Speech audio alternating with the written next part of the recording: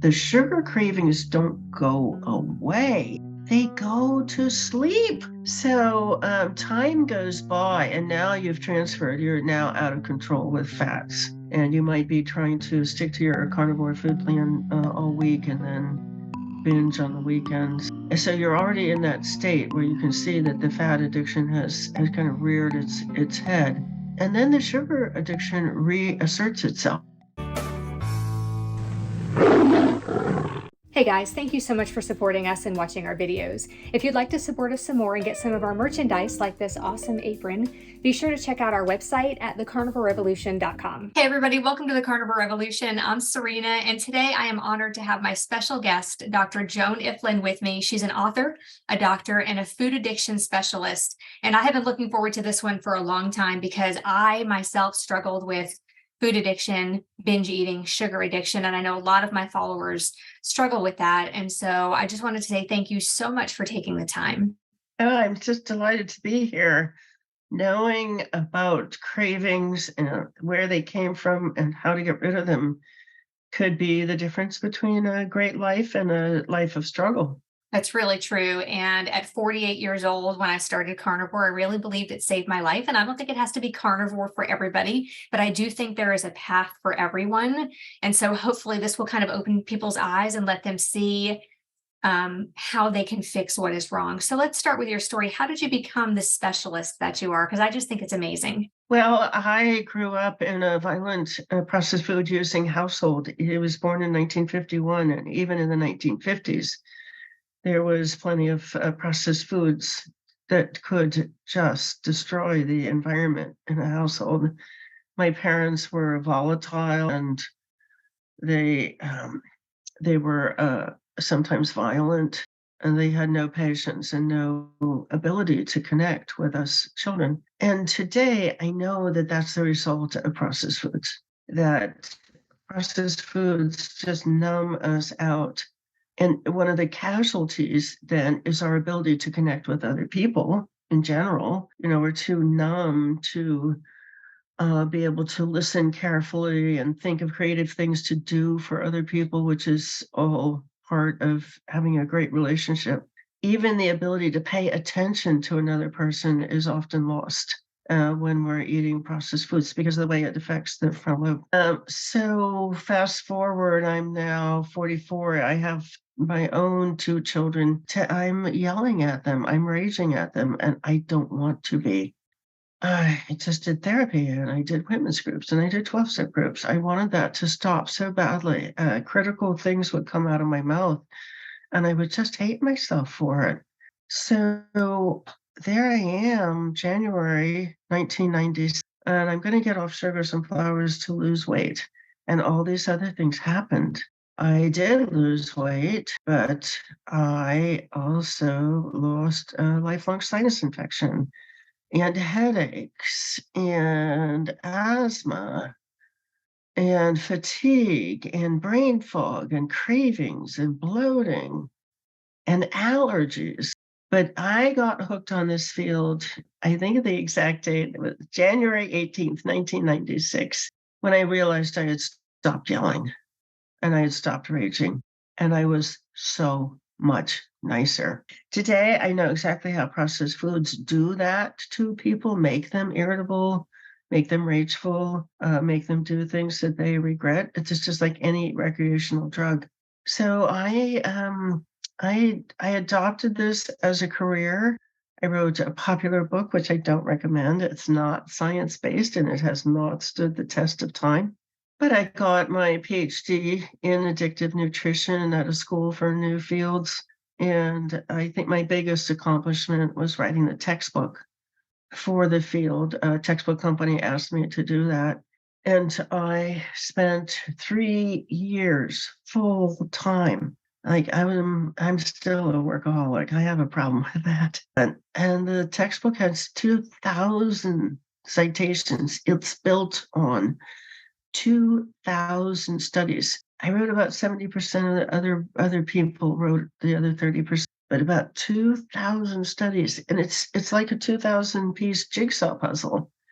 You just keep putting the pieces in place. And what appeared was Most people have this addiction severely, and most people are severely traumatized by it and its consequences. And once I got that out of the textbook, then I started to put together a program that is a match. It's that level of care.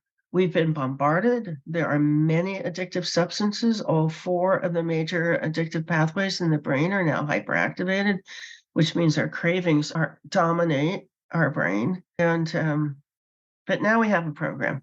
So we've had the Addiction Reset community for 5.5 years. We now have a new program called the Remission Optimistic community because, you heard my list of things that got better when I gave up just the sugars and flours. Now, of course, I've given up gluten and dairy, excessive salt. I had to give up excessive fat. Not everybody does. Caffeine and food additives. So this is it's a really complex cravings situation. And of course, then you have the food industry that's just provoking it with messaging. Well, that turns out to be the secret to getting control of your food. It's get the processed foods out, which the carnivore food plan does. And then it's be very, very careful about the messaging that reaches your brain. If you have positive science-based messaging, then you will build skills to deal with a very, very sick culture. But if you have delusion, oh, this is the way I did it, you should do it this way. Not a disease that does very well with amateurism. We train our own people. We have a 1.5 year training that gives people the food addiction recovery advocate certification. It's the only science-based certification in food addiction recovery. Yeah, but over those 5.5 years of watching people get control of their food, but more importantly, as importantly, get control of their stress. The stress will activate the addiction, and also stress creates disease. I finally just really looked at that and said, wow, we should present to the world what we're calling remission healthcare. Remission healthcare, which is the medical industry wants to maintain sick. They want you on a medication for the rest of your life, the merrier.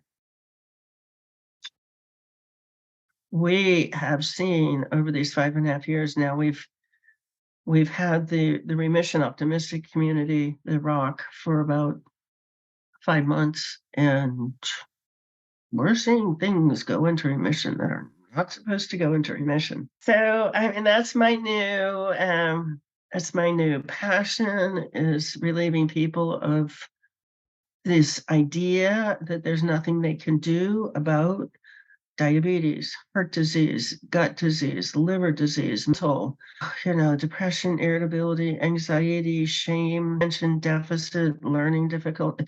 They can all be put into remission. You need an immersion program. You need to be around people who have already put these things into remission. You need to step into modalities that the medical industry doesn't offer. But dang, it is so much fun. It's so much fun when people pop out of health problems that they thought they were going to have to live with for the rest of their lives. And so, can you talk for a minute about, for people who don't understand or think food addiction and sugar addiction don't exist, can you talk about what that is and how it happens to people? So what it is, if you think about the brain, it's pretty darn simple.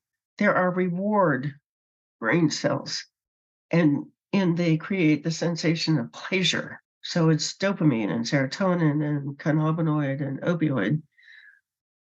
And what the food industry has done with their addiction business model is they've hyperactivated those brain cells so that now it's very easy for those brain cells to dominate. That's an addiction.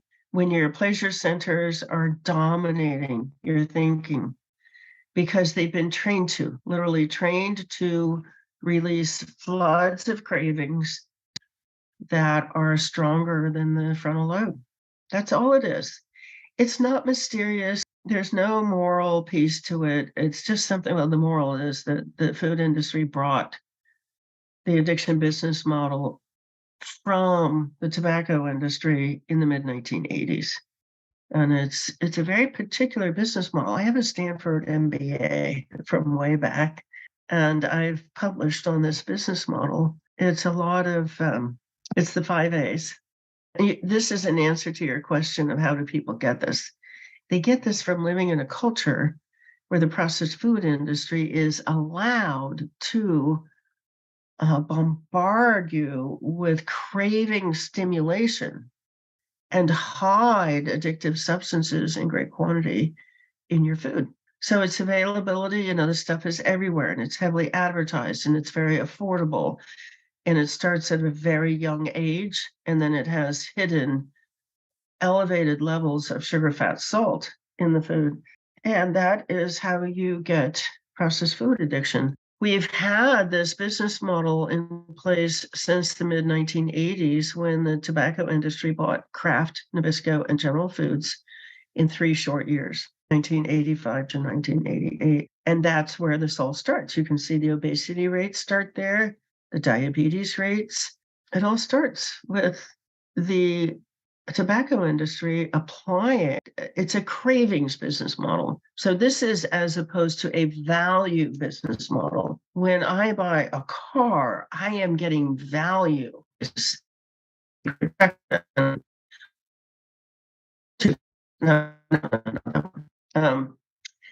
When you buy a cigarette or you buy processed foods, there's no value. In fact, it's entirely the opposite. They're incredibly destructive. So how does somebody sell a product that has absolutely no value and is in fact destructive?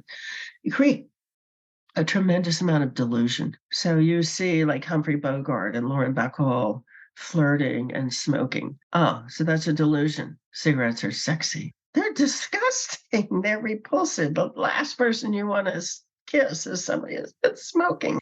So they've done the same thing with processed foods. It's healthy, it's fun, it's delicious, it's all those things, and none of it is true. It's killing 1.6 million Americans every year. And it is on purpose. That's the thing I think people don't realize is that it is on purpose. They knew what would work for the food industry because they had already done it with cigarettes. They'd already done it with tobacco. So they knew what would work, and it is on purpose. And they hire like doctors and scientists, right? They can actually see when they do the bliss point, like, and people don't even know about the bliss point, but that's the combination of fat and sugar and salt that it takes to get you addicted. And they can actually see on people's brains where it lights up when they eat those things, and they add more of whatever it is that makes it do that, right?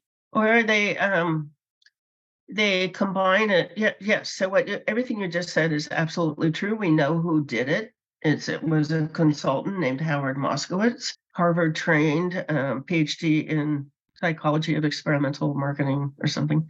And he developed a method for hiding the maximum amount of sugar, fat, salt in a product before the consumer detected it. And he went around to all the processed foods, and he went around to all the processed foods manufacturers, and nobody was spared, not tomato sauce and not pasta sauce. They all got their dose of sugar, fat, salt, right to the point where the consumer couldn't detect it. So, yeah, I think you're going into a theme that I would like to repeat, maybe 80 or 100 or several thousand times. This is so not your fault. You did not ask for this. Nobody called you up and said, hey, would you like to be made miserable by intense cravings? Yeah, just I will send you some coupons. And that's one of the advertising tactics is to heavily coupon a new product. And then by the time the person has eaten it often enough times, those the craving brain is now trained to crave when it even just thinks about it, when it's even just reminded of it. And so people are craving all day. A lot of people report that. I couldn't think of anything else but food, but I didn't know what to do about it. Yeah, and even 2 years into carnivore, I noticed that when I see a food that I used to binge on, or even hear somebody talk about a food that I used to binge on, my stomach starts to growl and my mouth starts to water. Like, even sitting here right now thinking about it, I can think of some of those foods and I want them so bad, I can taste them, even though it's been more than 2 years since I've had them. Yeah. You're raising a really, really good point, Serena, which is this takes a lot of training. It's thought control, it's emotional control, it's behavior control, it's relationship management, it's sleep management, it's you really have to get to an expert level of self-care. You really have to know what those tactics are and how to avoid them. So, yeah, this is not your fault. It's if you've been unable to lose weight, it's not just because of the cravings, it's because you don't have the skills. And we teach 152 skills. It takes a lot of skill to face off against those experts. Serena, you're absolutely right.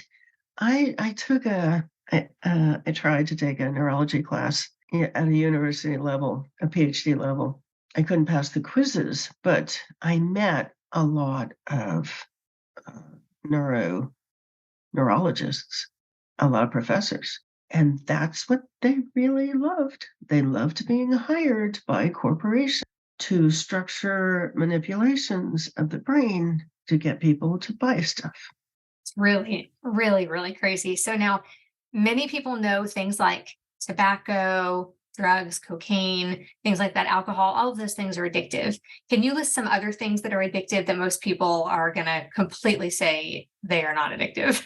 Well, anything that has a sugar concentrate in it, and when you become very sensitive, any high sugar fruit, any flour, so any carbohydrate that's been ground up into a powder is going to get into the system all at once with enough force to create a high, where you get that high of pleasure, but it's followed by a crash, and it's in the crash where people lose control.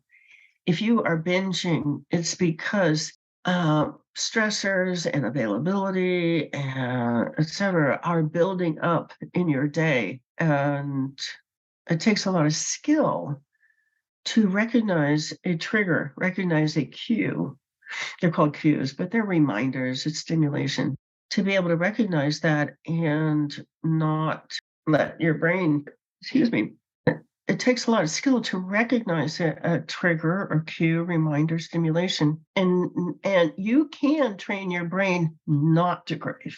It's a system we use where you're really, really, really repeatedly made clear that these are harmful and they hurt. And so when you know that taking that bite is going to leave you with a vicious headache and you're going to be asleep all afternoon and your feet are going to hurt and your waistline is going to expand, you repeatedly associate that pain with that substance. And what you're doing is you're harnessing the brain's own pain aversion. So those are the kinds of things that we've learned to do with our members. And I know that dairy is one of those things for a lot of people. Dairy is one of Yep. those foods that can be addictive and cause lots of trouble for people, and even raw dairy. So can you explain that? How is it? Yeah. Why is dairy addictive and why is it bad for so many people? Okay, so if you're a baby cow, Mother Nature wants you to gain 500 pounds in a year. And it wants you to do that by drinking mother's milk, which turns on a weight gain gene. This is research done in Germany. It's many, many years apart. Two German researchers who looked at the amount of casomorphine in dairy.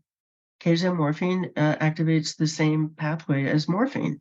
Why? Why would dairy have that?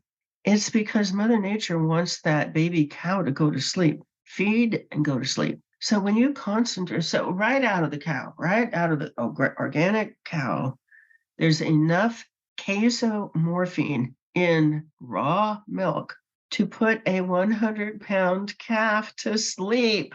And then they want the calf to come back to the mother. And the calf doesn't understand, oh, I have to do this so I don't starve to death. The calf understands, oh, I get a really warm, fuzzy feeling when I do that. And so that will lead the calf to come back to mama. All mammal breast milk has casomorphins in it, including human breast milk. If you've ever seen a baby that's feeding, they look drunk. They're enjoying that casomorphine. So dairy has that. Dairy turns on the genes for prostate cancer, breast cancer, acne, and weight gain, and yet people consume it. And then when you concentrate it into cheese, to me, this is a personal concept. It's just like when you extract the opium from poppies and concentrate it into hash, you're extracting the casomorphine from milk and concentrating it into cheese. It's just deadly. It's deadly. Yeah. And so what about people? Oh, sorry, go ahead, finish. And I'll. Excessive salt. This is why you saw the processed food industry put incredible amounts of salt into Lunchables. The children are naturally inclined to be addicted to sweets. We're built that way. They're not naturally inclined to be addicted to excessive salt. You have to teach that. And they taught it through a repeat exposure in the Lunchables. So excessive salt, dairy. Now, some people, I think this is really important for your market, your community, which is we do have rather recent evidence for addiction to fat, dietary fat. It was a really good study. It was done at University of Boston. They took 2 groups of rats, and the first group got sugar and the second group got as much fat as they wanted. And they saw the key signs of the development of addiction. So these are actually in the emotion part of the brain and increased use. So they nailed it. It was incredible. It's just an incredible study. So if there's one message about this that carnivores could benefit from, it is the possibility, the evidence that you can be addicted to fat. Now, animal proteins don't do that, but animal fats do. And it's not just processed fats, it's just any animal fat. And here's okay, and then there's caffeine, and then there's food additives. But this is what I think your community should really benefit from. And that is watching, like a hawk, the transfer of the addiction from sugar and flour and gluten to fat. And I've worked with people, I've listened to their stories. They start out, oh my gosh, the first 6 weeks were amazing, no craving. I was so happy. And then I started adding like a package of pepperoni and a package of pork rinds. And I started eating more and more of those. But here's the sad thing is that if you don't treat the addiction, so by treating the addiction, I mean you are training that brain not to crave. If you don't treat the addiction, it will transfer. In the case of sugar addiction, if you don't treat the addiction, the sugar cravings don't go away. They go to sleep. So time goes by, and now you've transferred. You're now out of control with fats. And you might be trying to stick to your carnivore food plan all week and then binge on the weekends. And so you're already in that state where you can see that the fat addiction has kind of reared its head. And then the sugar addiction reasserts itself. And people will say, oh, I just had one bite of cake at my sister's wedding. And boom, that was 5 years ago. I can't get back. Well, those are sugar cravings. But now you have 2 primary addictions. You have the fat addiction and the sugar addiction. And that's that's deadly. That will cripple. Universally, it will cripple cells in the body. And then you have all kinds of diseases. And so as far as dairy goes, do you think that anybody could have just a little bit of dairy here and there without, kind of being addicted to it? Or do you just recommend none at all? Okay. Even raw dairy. Yeah. You're asking just such a fantastic question. Everybody, not everybody, But most people out there think that the criteria for whether you can eat something or not is whether you lose control. That's not the criteria. It's how much damage does that substance do to you? And then you can ask yourself, well, why am I still interested in eating this? Even though I know dairy is associated with prostate cancer and breast cancer and weight gain, and why am I still interested in eating it? Because of cravings. It's, the analogy with cigarettes is perfect. So I quit smoking after my second child was born. But if my husband and I were going to a bar to have a drink, I would buy a pack of cigarettes while I was there, smoke a few, and leave them at the bar. There's no loss of control. But I have asthma. What am I doing smoking a cigarette? It's everybody knows that cigarettes are incredibly harmful. You don't smoke because you will die from cancer or something. But we haven't had that kind of messaging education around processed foods. To me, processed foods are much deadlier than cigarettes. 1.6 million Americans will die from a processed food related disease this year. 93% of people have high triglyceride, cholesterol, blood pressure, blood glucose, or waist to hip ratio. Only 3% of Americans have no diagnosis at all. And 83% of Americans are overweight or obese. So what has happened here is that processed food use and consequences has been normalized. And now, if you really want to lose that weight, you are going to be abnormal. You're going to be around people who eat processed foods. Americans eat 73% of their calories in processed foods. So you're going to be the weird one. And people don't like that. The brain doesn't like that. The brain wants you to fit in because for 7 million years of human evolution, even if you're a creationist, this is true. You had to be in a group to survive. People don't have fangs. They don't have claws. They only have a group. So when a predator comes or a neighboring tribe, if you're in your group, you can survive. But if you're out there by yourself, if you're abnormal and you don't fit in, you will die. So that's very, very deeply ingrained in the human brain. Being around safe people. So being around people who are eating clean, who are working on their stress, who are processing their emotions, who are running great relationships, you got to be around those people because you have to persuade that brain that this is normal. Being very, very powerful, very skillful, eating clean and not having any diseases. If you're not around, if you're around people, everybody has a disease and you don't have a disease, your brain is going to get you. That's going to create a disease for you. Yeah. Yeah, I love how you mentioned smoking, because what I would love to see, what my prayer is that processed foods and sugar become frowned upon, like smoking is frowned upon, because I think that's what it's going to take to get so many people off of it. And then I had another question. Do you think that it is possible for somebody who is an abstainer to become a moderator? No. Why? And Serena, just ask yourself the question, why would somebody want to moderate? Why? So sugar is more destructive and addictive than cocaine. So if you got off of cocaine, everybody around you were addicted, you were using it compulsively, it was ruining your life. You got off cocaine, everybody around you is just party, party, party. This person finally is free from cocaine. And then you come back and you say, I think I could moderate. No, this is it. No, you can't moderate cigarettes. If you intensely crave alcohol, we've had the grace of the 12-step groups. It's much easier to get it out of your life. Get the triggering out, get the messaging out, get the reminders out, and surround yourself with people who know better, who know not to eat that stuff. Yeah. No. And how does somebody know that they're addicted? How does somebody know that they have an addiction? So there are 11 criteria, and I know we're almost out of time, but I'd be happy to run through them. Just take me a minute.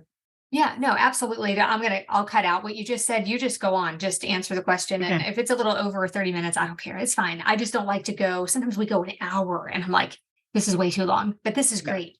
So these are 11 signs. This is not a diagnosis, but these are signs that are reworded from alcoholism. So it has these 11 criteria.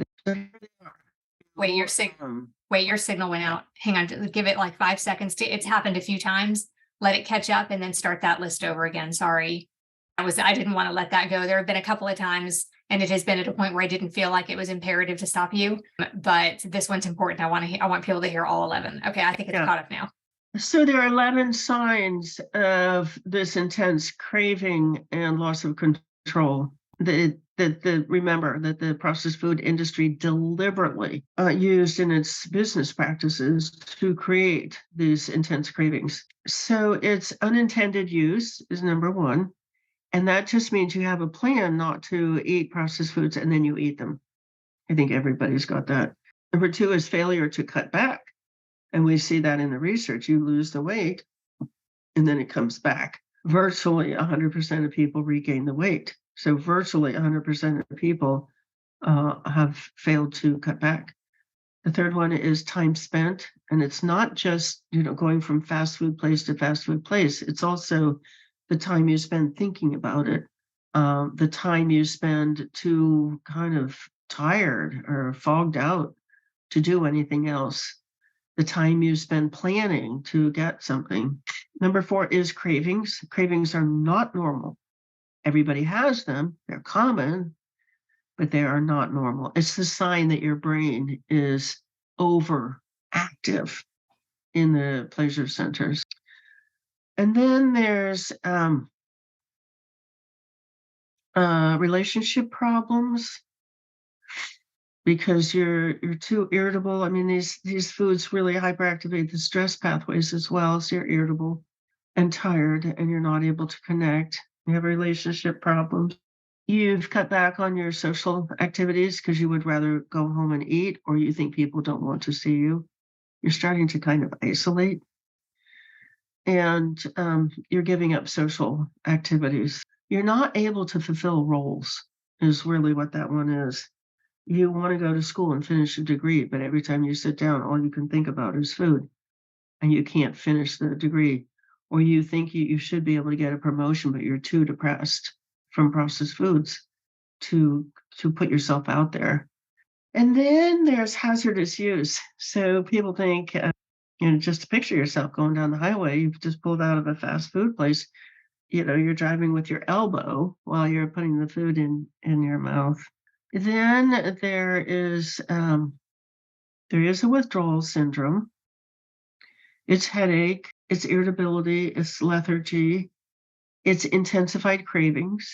There's also progression, like we were talking about with the rats, where you eat more and more of something over time. You're getting a bigger package of it.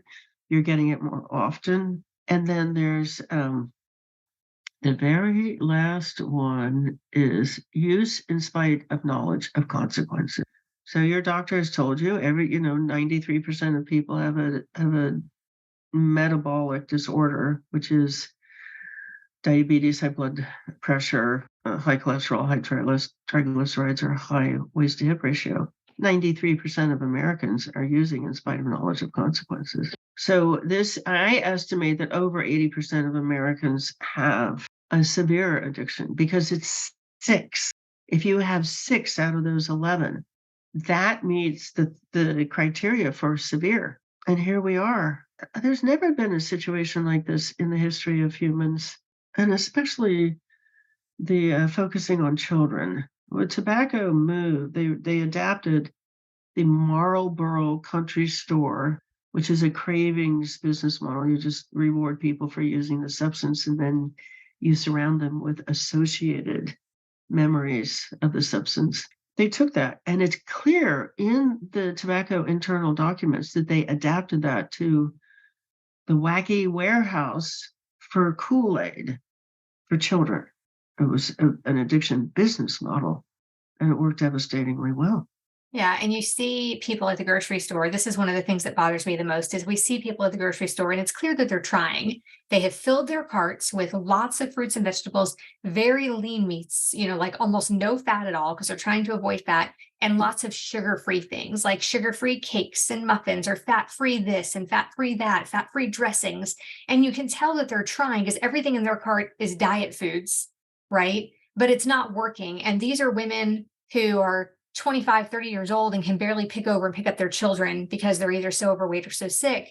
And I think for me, that's the hardest part, is that the food industry has managed to tell everybody that these foods are the healthy ones instead of the foods that are actually healthy. And I'm not saying that no fruits and vegetables are healthy, but I myself have binged on kale, with Sure. some coconut oil and some salt, because I can create that bliss point at home by myself sometimes. Yeah, And without meaning to. Yeah, Huh?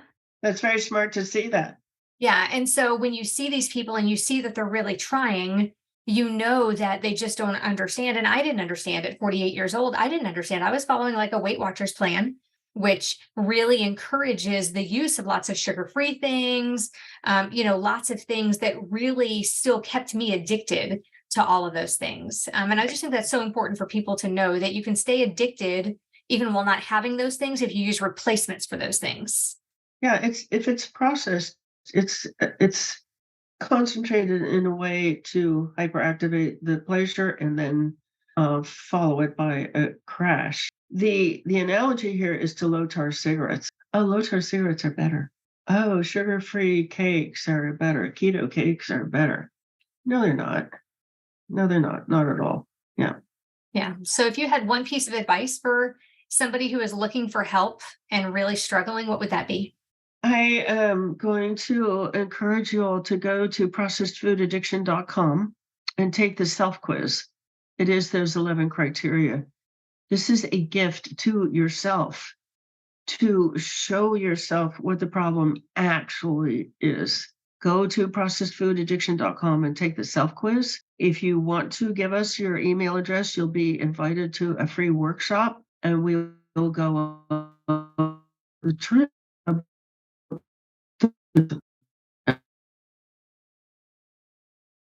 Need Hang on, I lost you again. Able to lose weight. I lost you again. Hang on. I don't know if it's my signal or yours. Okay. The last thing that I heard was go to the website, and then you said give yourself the gift of finding gift. out. Yeah, say it again. Say that one more time. Sorry. So give yourself the gift of finding out what is really causing your problems. And just think about all the programs that you've been in, all the money you've spent. None of them were adequate to teach your brain not to crave. None of them. I've looked at them all. They all have triggering substances in their food plans, and nobody is working on trigger neutralization is what we do.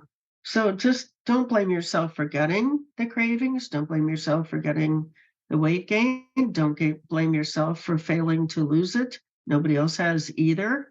And don't blame yourself if you have consequences now, if you have diabetes or heart disease. That's not your fault. That's not your fault. It's not your fault any more than lung cancer was in people who were persuaded to smoke.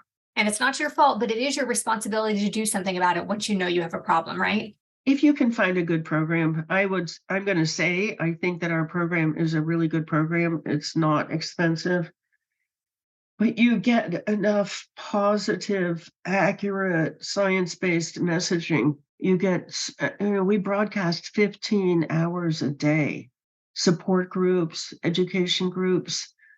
So around the world, when we first started advertising this on Facebook, we picked up members around the world, and they're now formed teams that broadcast this. It's healing messaging. It's you are okay, you're strong, you've got skills, you can do this. Look, everybody else in here is doing this. And then the brain will say, oh, that's what they do? Okay, well, we'll do that too. So you're not fighting that overwhelming force of feeling abnormal. You've got to feel normal. You've got to be around people who are eating this way and putting disease into remission. Yeah. Yes, I agree. Community is so important. So thank you so much, Dr. Ifland. You have such great information, and I really appreciate you coming on. I hope we can help somebody today. I do too. Thanks, Serena. Thank you, and we'll see you next time here on the Carnivore Revolution.